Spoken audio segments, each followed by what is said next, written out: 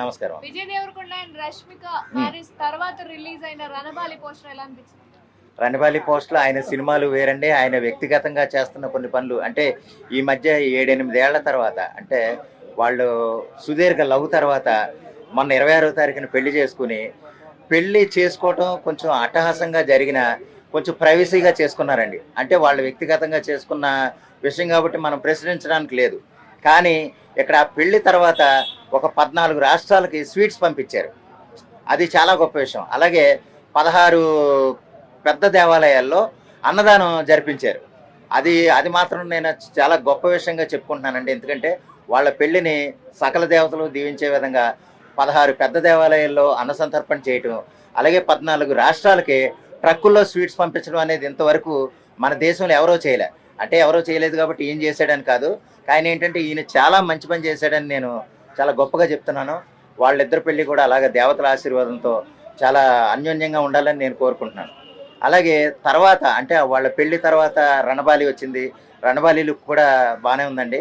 ఆయన యాక్చువల్గా సినిమాల్లో ఈ మధ్య కొంచెం డౌన్ అవుతున్నా సరే ఈ సినిమాతో మళ్ళీ అంటే ఈ పెళ్లి తర్వాత వచ్చే ఈ సినిమా బాగా ఆడాలి, మళ్ళీ తిరిగి ఫామ్లోకి రావాలని నేను కోరుకుంటున్నాను. పోస్టర్ అయితే అదిరిపోయిందండి, బాగుంది. రణబాలి అంటే బాహుబలి అంత హిట్ అవ్వాలని నేను కోరుకుంటున్నాను. అంత స్టఫ్ ఉందని కూడా అనుకోవాలి మనం. రణబాలి సాంగ్ అమ్మ చూడలేదు కానీ బాగుంటుంది. ఎందుకంటే ఆయన ప్రయోగాత్మకంగా వెళ్తున్నాడు. యాక్చువల్గా మొన్న ఇంతకుముందు కింగ్డమ్ చేసినా లేదా లైగర్ రకరకాల ప్రయోగాలు చేసినా కానీ కొన్ని సినిమాలు దెబ్బతిన్నా మళ్ళీ తిరిగి ఈ రణబాలి ఇంకొన్ని రౌడీ జనార్దన కొన్ని సినిమాలు ఉన్నాయండి. ఆ సినిమాలతో మళ్ళీ ఫామ్లోకి రావాలని కోరుకుంటున్నాను. వాళ్ళ జంట కూడా చాలా అన్యోన్యంగా ఉండాలని నేను కోరుకుంటున్నాను.